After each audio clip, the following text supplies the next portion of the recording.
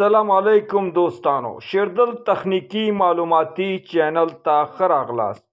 الله تعالی دې وکړي د صحت او عافیت جامه پتن ولرئ. زموږ د نن ورځې ټاپک او موضوع ده د کور د برقي یعنې برېښنایي فټنګ په رابطه باندې ده. دوستانو زه غواړم په دې رابطه ستاسو سره مختصر لنډ او مهم معلومات شریک کړم. نو دوستانو دا ویډیو مه مس کوئ، تر اخره پورې وګورئ ترڅو د دې مفیدو معلوماتو او کنیکشن څخه ځانونه برخمن کړئ او تاسې وکولی شئ د دې ویډیو څخه وروسته د خپلو کورونو برقي فټنګونه په خپله وکړئ. نو دوستانو راځو ټاپک او موضوع ته.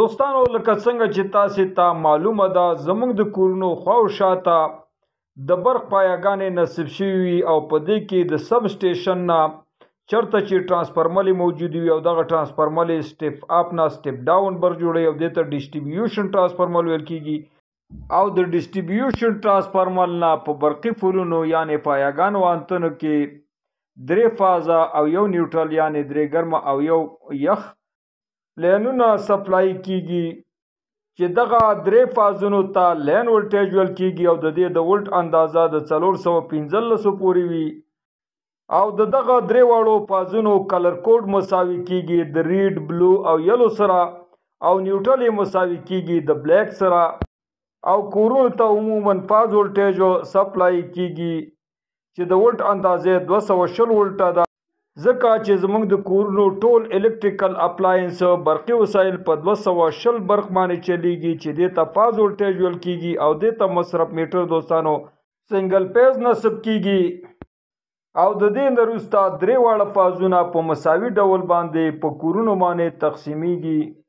راځو دوستانو موږ څنګه کولی شو په خپله د خپلو کورونو تعمیراتي برقي فټنګ وکړو او په داسې حال کې چې زموږ سره یو عدد یو پی ایس هم موجود دی او موږ غواړو چې ځینې برېښنایي مصرفونه دا د یو پی ایس څخه وچلو او ځینې برېښنایي مصرفونه د دولتي برېښنا څخه وچلو. نو راځو دوستانو عملی طریقې او ډایګرام ته. نو اول به د فول نه یعنې د پایا او انتن څخه سروس لین مصرف میټر ته چې د ډبلیو ایچ په نوم باندې یادېږي دې ته کنیکشن او سپلای کوو. په دې کې به فاز او نیوټرل ورته کنیکشن کوو.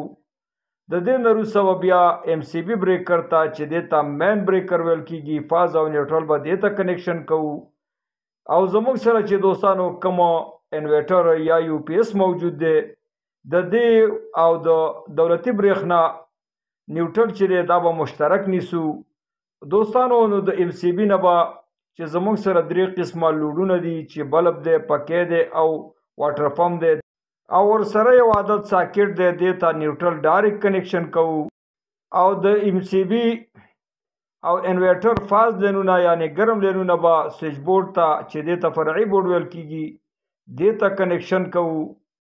دلته موږ غواړو دوستانو چې بلب او پکې دا د یو پی ایس نه وچلوو. نو دوستانو د یو پی ایس فاز لین به د 2 سویچونو سره کنیکشن کوو چې یو سویچ دوستانو د دې بلب ته کنیکشن شوی فاز هغې ته به کنیکشن کوو او دویم سویچ به دوستانو دا د پکې درجې ته کنیکشن کوو او د درجې نه به وروسته بیا دوستانو پکې ته کنیکشن کوو. پاتې شو دوستانو د ایم سی بي فاز ویر دا به دوستانو د 2 سویچونو یا 2 بټنو ته کنیکشن کوو. د یوې بټنې نه به ساکټ ته فاز ورکوو ګرم ورکوو او د بلې بټنې نه به واټر پمپ ته فاز لین کنیکشن کوو. نو په دې طریقه باندې دوستانو تاسې کولی شئ د خپلو کورونو تعمیراتي برقي فټنګ وکړئ. نو دوستانو دا وه زموږ د نن ورځې ټاپک او موضوع.